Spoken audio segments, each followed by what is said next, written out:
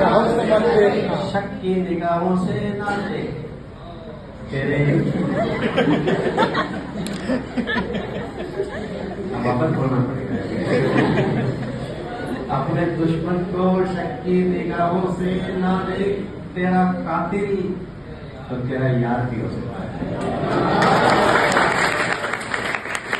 और ऐसा ही हुआ, किसी ने कहा कि मुझे तुम पर यकीन था, मुझे तुम पर यकीन था, पर कितना गलत था।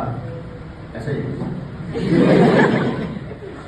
मुझे तुम पर यकीन था, कितना गलत था पर बहुत हसीन था।